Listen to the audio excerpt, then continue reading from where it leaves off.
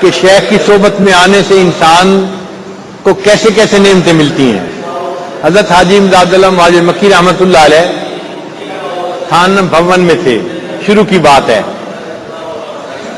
حضرت مولانا رشید احمد گنگوئی رحمۃ اللہ علیہ انہوں نے جب یعنی درس نظامی پڑھا، فارغ ہوئے تو پڑھانا شروع کر دیا گنگو میں۔ گنگو دیوبند سے دور نہیں ہے، گنگو جو ہے وہ تھانہ بھون سے دور نہیں ہے، قریب ہے، واکنگ ڈسٹینس ہے۔ ایک دن دل میں خیال آیا کیوں نہ میں حضرت کی خدمت میں جاؤں اور حضرت سے دعا کر لوں، ملاقات کر لوں، فائدہ ہوگا۔ چنانچہ جب چھٹی کا دن آیا اور طلباء گھروں کو چلے گئے تو حضرت گنگوئی رحمۃ اللہ علیہ حضرت حاجی صاحب کی خدمت میں تھانہ بھون پیش ہوئے، سلام کیا، مصافحہ کیا۔ پھر رات ہی کا وقت تھا تو اجازت مانگی کہ حضرت اجازت دے دے، میں صبح اٹھ کے جلدی سفر کروں گا، اس لیے کہ مجھے فجر کے بعد طلباء کو سبق پڑھانا ہے اور صبح کے وقت اجازت مانگنی مشکل ہوگی، تو آپ مجھے رخصت ابھی فرما دیجئے، میں اپنے وقت پہ سہولت پہ سفر شروع کر دوں گا۔ حضرت حاجی صاحب نے فرمایا میاں رشید احمد کچھ وقت ہمارے پاس بھی گزار لو۔ عرض کیا کہ حضرت میں استاد ہوں، تعلیم و تعلم کرنے والا بندہ ہوں، اور میں اگر ناغے کروں گا تو طلباء کا حرج ہوگا، نقصان ہوگا، میں چھٹی نہیں کر سکتا۔ حضرت حاجی صاحب نے یہی کہا کہ میاں رشید احمد کچھ وقت ہمارے پاس بھی گزار لیتے، ایک رات ہی گزار لیتے۔ اب دل میں خیال آیا کہ جب حضرت اتنا اصرار کر رہے ہیں تو ایک رات حضرت کے پاس گزارنا کوئی مشکل تو نہیں، تو فرمایا کہ حضرت میں ایک رات یہاں گزار تو لوں، لیکن یہ تو خانقاہ ہے، یہاں رات کو لوگ عبادت میں مصروف رہتے ہیں، کوئی تلاوت کرتا ہے، کوئی ذکر لا الہ الا اللہ کی ضربیں لگاتا ہے، کوئی مناجات میں مشغول ہوتا ہے، رونا دھونا کرتا ہے، تو میں اگر یہاں سوؤں گا تو میری تو رات کی نیند نہیں پوری ہوگی اور صبح کو میرا سفر بھی کھوٹا ہوگا اور میں بچوں کو سبق بھی نہیں پڑھا سکوں گا۔ حضرت حاجی صاحب نے فرمایا میاں رشید احمد آپ اپنی نیند پوری کرنا، آپ کو رات کو کوئی نہیں جگائے گا۔ تو میاں رشید احمد حضرت گنگوئی رحمۃ اللہ نے سوچا کہ چلو اگر یہ شرط ہے کہ میرے اوپر رات کو جاگنا لازم نہیں تو میں نیند پوری کر لیتا ہوں اور اب کی بجائے صبح اٹھ کے روانہ ہو جاؤں گا۔ اب جب یہ فیصلہ کر لیا تو حضرت حاجی صاحب نے اپنے خادم سے کہا کہ میاں رشید احمد کی چارپائی ہماری چارپائی کے ذرا قریب بچھا دینا۔ اب یہ جو قرب تھا نا، یہ جو قریب قرب تھا، اسی میں برکت آنی تھی، اسی میں توجہ پڑنی تھی۔ یہ لوہے نے مقناطیس کے قریب ہونا تھا اور مقناطیسیت کو اس نے بھی قبول کرنا تھا۔ چنانچہ فرماتے ہیں کہ میں رات کو میٹھی نیند سو گیا۔ جب تہجد کا وقت آیا تو میری اچانک آنکھ کھلی، میں نے دیکھا کوئی ذکر کر رہا ہے، کوئی نماز پڑھ رہا ہے، کوئی نماز میں قرآن پاک کی تلاوت کر رہا ہے۔ میرے نفس نے کہا کہ رشید احمد سو جاؤ، بڑی رات باقی ہے، لیکن دل نے کہا کہ میاں رشید احمد ورثۃ الانبیاء میں شامل ہونے کی تمنا تو تمہیں ہے، بڑے دل میں تمنا ہے کہ مجھے اللہ تعالیٰ نبی علیہ السلام کے وارثوں میں شامل فرما لے۔ اور جو لوگ اللہ والے تھے وہ تو راتوں کو اللہ کی عبادت کرتے تھے، کانوا قلیلا من اللیل ما یہجعون وبالاسحار هم یستغفرون۔ ایسی آیتیں دل میں آنی شروع ہوئی کہ تتجافى جنوبهم عن المضاجع يدعون ربهم خوفا وطمعا ومما رزقناهم ينفقون۔ تو دل نے کہا کہ بھئی میں اتنا گیا گزرا کیوں ہوں کہ میں اٹھ نہیں پاتا، میں بھی اٹھ کے کیوں نہ چند رکعت تہجد پڑھ لوں۔ فرماتے ہیں کہ میں ہمت کر کے اٹھا، وضو کیا اور میں نے چند رکعت تہجد کے ادا کر لیے۔ پھر اس کے بعد کچھ وقت فارغ تھا تو میں نے بھی بیٹھ کے لا الہ الا اللہ کا ذکر کرنا شروع کر دیا جیسے باقی لوگ ذکر کر رہے تھے۔ جب فجر کی نماز پڑھی تو حضرت حاجی صاحب کے ساتھ میں نے مصافحہ کیا۔ حاجی صاحب نے فرمایا میاں رشید احمد وہ جو ایک بندہ فلاں جگہ آج صبح بیٹھا ذکر کر رہا تھا وہ کون تھا؟ اللہ والے بھی عجیب حکیم دانا ہوتے ہیں، بات کتنے عجیب انداز سے پوچھی کہ فلاں جگہ جو بیٹھا ہوا بندہ ذکر کر رہا تھا وہ کون تھا؟ تو کہا کہ حضرت وہ میں ہی تھا جو بیٹھا ہوا ذکر کر رہا تھا۔ حضرت حاجی صاحب نے کہا میاں رشید احمد اگر آپ نے ذکر کرنا ہی ہے تو پھر سیکھ کے ذکر کیوں نہیں کر لیتے؟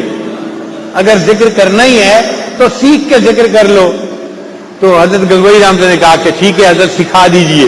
چنانچہ حضرت حاجی صاحب نے ان کے ہاتھ اپنے ہاتھوں میں لے لیے اور بیٹھ کے کلمات پڑھا کر ان کو ذکر سکھا دیا۔ اب ذکر سکھانے کی یہ برکت تھی کہ دل میں شرح صدر ہو گیا.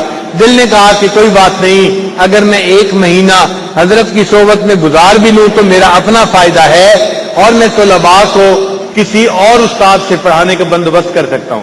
چنانچہ ایک بندے کے ہاتھ پیغام بھیج دیا دوست کو کہ میرے سبق آپ پڑھا دینا تاکہ طلباء کا نقصان نہ ہو، اور میں 1 مہینہ حضرت کی خدمت میں قیام کروں گا. یہ جو 1 مہینہ حضرت حاجی صاحب کی خدمت میں قیام کیا، اس 1 مہینے نے زندگی کو بدل کے رکھ دیا. اس 1 مہینے میں جو صفات تھیں وہ حاجی صاحب سے قلب سے ان کے قلب میں منتقل ہو گئی. چنانچہ نفس پامال ہو گیا اور اللہ تعالیٰ نے ان کو نعمت یعنی نسبت کا نور عطا فرما دیا. پھر حاجی صاحب نے ان کا امتحان بھی لیا کہ 1 مہینہ صحبت میں رہنے کے بعد کیا ان کا نفس مرا ہے یا نہیں مرا. اللہ والے جو نسبت اصلاحی ہوتے ہیں نا، اس میں سالک کی اصلاح اس طرح سے کرتے ہیں کہ پھر اس کو آزماتے بھی ہیں کہ کیا یہ امتحان میں فیل ہوتا ہے یا پاس ہوتا ہے. تو حضرت حاجی صاحب نے ان کا امتحان لیا. امتحان کا طریقہ کیا بنا کہ حضرت مولانا فضل الرحمان گنج مراد آبادی رحمۃ اللہ علیہ تشریف لائے تھانہ بھون. تو حضرت حاجی صاحب ان کو لے کے اپنے ایک مرید کے گھر دعوت کے لیے گئے. مرید نے 2 مشائخ کے آنے پر خوشی کا اظہار کیا اور اس نے کئی درجن سالن بنوائے مختلف قسم کے کہ معلوم نہیں طبیعت کو کون سا پسند آئے، جو پسند آئے گا وہی نوش فرما لیں گے. تو کئی درجن پلیٹیں اس نے سامنے رکھیں. جب یہ حضرات گئے اور دسترخوان کے اوپر بیٹھے تو حضرت حاجی امداد اللہ ماجد مکی رحمۃ اللہ علیہ نے ایک خالی پلیٹ اٹھائی اور اس کے اندر دال ڈالی، صرف دال ڈالی، اور 2 چپاتیاں لیں اور وہ چپاتیاں اور وہ دال والی پلیٹ میاں رشید احمد کے ہاتھ میں دے کے کہا کہ میاں رشید احمد یہ لے لو اور دسترخوان کے کونے پہ بیٹھ کے کھا لو. یعنی ان کا صرف یہی کھانا تھا. اب دونوں حضرات کے لیے درجنوں پلیٹوں میں کھانے ہیں، مرغے چرغے رکھے ہوئے ہیں، اور میاں رشید احمد کے لیے ایک دال میں ایک پلیٹ میں تھوڑی سی دال ہے اور 2 چپاتی ہیں، اور ان کو کہا کہ دسترخوان کے کونے پہ بیٹھ کے کھا لو. اب انہوں نے بیٹھ کے کھانا شروع کر دیا. جب کھا رہے تھے تو نفس محسوس تو کر رہا ہوگا نا کہ ہمارے پیر کے اندر مساوات نہیں ہے، خود تو ان پلیٹوں میں سے کیا کیا نعمتیں کھا رہے ہیں اور مجھے دال دے کے ایک کونے میں بٹھا دیا ہے.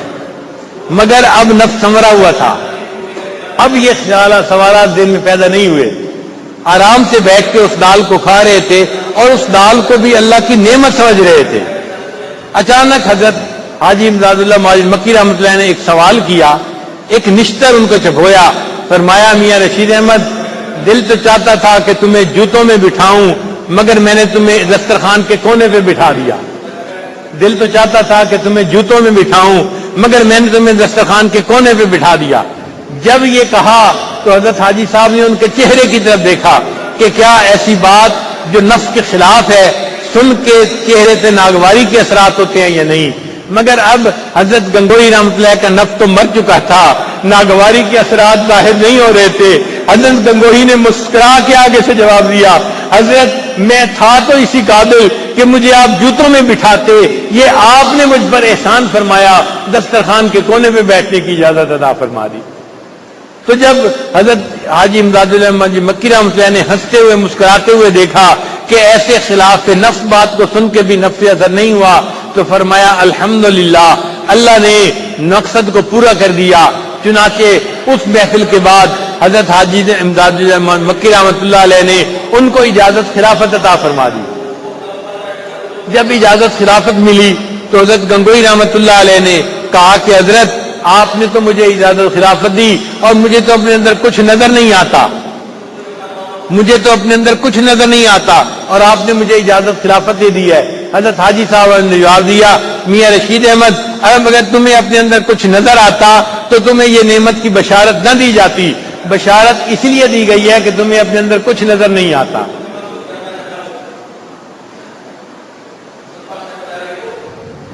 پھر حاجی امداد اللہ مکی رحمۃ اللہ نے حضرت مولانا شیخ گنگوئی رحمۃ اللہ علیہ کو واپس بھیج دیا. حضرت تشریف لائے اور پھر گنگو میں آ کے طلباء کو پڑھانے میں مشغول ہو گئے. 1 سال تک اپنے مدرسے میں ہی رہے. پھر دوبارہ حضرت حاجی صاحب کی صحبت میں نہیں جانے کا موقع ملا. مگر اس 1 سال میں جو اذکار اور وظائف بتائے تھے اور جو شیخ کی غائبانہ توجہ تھی اس نے ایسا اثر کیا کہ دل کی حالت کو بدل کے رکھ دیا۔ اللہ کی شان دیکھیں، 1 سال کے بعد پھر اپنے شیخ کے ساتھ دوبارہ ملاقات کا موقع نصیب ہوا۔ اب جب ملاقات کا موقع نصیب ہوا تو حضرت حاجی امداد اللہ موجی مکی رحمۃ اللہ علیہ نے ایک بہت ہی پیارا سوال پوچھا، میاں رشید احمد یہ بتاؤ کہ بیعت ہونے سے پہلے اور بیعت ہونے کے بعد تمہیں اپنے اندر کیا فرق نظر آیا؟ بیعت ہونے سے پہلے اور بیعت ہونے کے بعد تمہیں اپنے اندر کیا فرق نظر آیا؟ تو حضرت گنگوئی رحمۃ اللہ نے تھوڑی دیر سوچا اور سوچ کے کہا کہ حضرت مجھے اپنے اندر 3 فرق نظر آئے۔ پوچھا کون سے؟ حضرت بیعت جب نہیں تھا کتابیں پڑھتا تھا، کئی جگہوں پہ اشکال وارد ہوتے تھے، لیکن بیعت ہونے کی برکت ایسی ہے کہ اب مجھے نصوص شرعیہ میں کہیں تعارض نظر نہیں آتا، کہیں کوئی اشکال پیش نہیں آتا، ایسا شرح صدر نصیب ہو گیا ہے۔ حضرت نے فرمایا بہت اچھا۔ کہنے لگے دوسری تبدیلی یہ نظر آتی ہے کہ اب مکروہات شرعیہ میرے لیے مکروہات طبعیہ بن گئی ہیں۔ میں پہلے بھی شریعت پہ عمل کرتا تھا لیکن مارے باندھے عمل کرتا تھا، نفس کو مجبور کر کے عمل کرتا تھا، اب میرا نفس وہی چاہتا ہے جو شریعت حکم دیتی ہے۔ مکروہات شرعیہ مکروہات طبعیہ بن گئی ہیں، جن سے شریعت کراہت کرتی ہے، میرا نفس بھی اس چیز سے کراہت کرنے لگ گیا ہے۔ حضرت نے فرمایا اور کہنے لگے تیسری بات یہ، حضرت میں مفتی ہوں، لوگ مجھ سے مسئلے پوچھنے آتے ہیں، میں دین کے معاملے میں لوگوں کی مدح اور ذم کا خیال نہیں کرتا، کوئی تعریف کرے یا بد تعریفی کرے میں ان کو ٹھیک دین کا مسئلہ بتا دیتا ہوں۔ حضرت نے فرمایا میاں رشید احمد دین کے 3 درجے ہوتے ہیں، پہلا درجہ علم ہوتا ہے، اور علم کا کمال یہ ہے کہ انسان کو نصوص شرعیہ میں کہیں تعارض نظر نہ آئے، مبارک ہو تمہیں اللہ نے علم میں کمال عطا فرما دیا۔ اور دوسرا درجہ عمل ہوتا ہے، اور عمل کا کمال یہ ہے کہ مکروہات شرعیہ مکروہات طبعیہ بن جائیں، اللہ نے تمہیں عمل میں بھی کمال عطا فرما دیا۔ اور تیسرا درجہ اخلاص ہوتا ہے، اور اخلاص کا کمال یہ ہے کہ دین کے معاملے میں لوگوں کی مدح اور ذم برابر ہو جائے، اللہ نے تمہیں علم میں بھی کمال عطا فرما دیا، عمل میں بھی کمال عطا فرما دیا، اخلاص میں بھی کمال عطا فرما دیا۔ یہ وہ برکتیں ہیں جو بیعت کی وجہ سے انسان کو نصیب ہوتی ہیں۔ پھر اس کے بعد حضرت مولانا رشید احمد گنگوئی رحمۃ اللہ علیہ کو اللہ رب العزت نے وہ فقاہت عطا فرمائی، وہ علم عطا فرمایا کہ ان جیسا فقیہ پھر ان کے زمانے میں کوئی دوسرا نظر نہیں آتا۔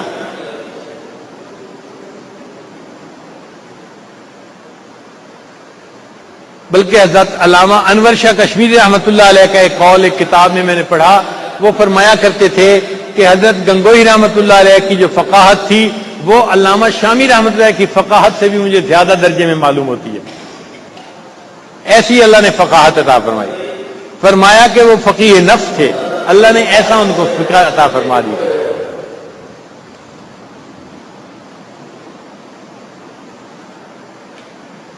تو اللہ والوں کی صحبت میں وقت گزارنے سے انسان کے اندر یہ جو خوابیدہ صلاحیتیں ہوتی ہیں یہ اجاگر ہوتی ہیں، یہ حسن انسان کے اندر موجود ہوتا ہے، وہ اللہ والوں کی محنت سے ظاہر ہو جاتا ہے، پہلے بند ہوتا ہے نکلتا نہیں ہے۔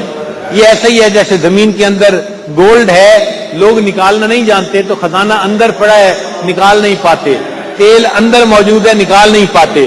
ہر بندے کے اندر اللہ تعالیٰ نے صفات کو رکھا ہے، الناس معادن کمعادن الذهب والفضہ، سونے اور چاندی کی کانوں کی طرح انسان بھی کانے ہیں، مگر ان کی جو خوبیاں ہیں وہ نکل نہیں پاتی، ان کو نکالنے کے لیے اللہ والوں کی ضرورت ہوتی ہے۔ جب ان کی صحبت میں آ کے رہتے ہیں وہ ان کے دل کے اوپر ایسا اثر کرتے ہیں، اندر کی صلاحیتیں باہر نکل آتی ہیں اور انسان ان نعمتوں سے فیض یاب ہو جاتا ہے۔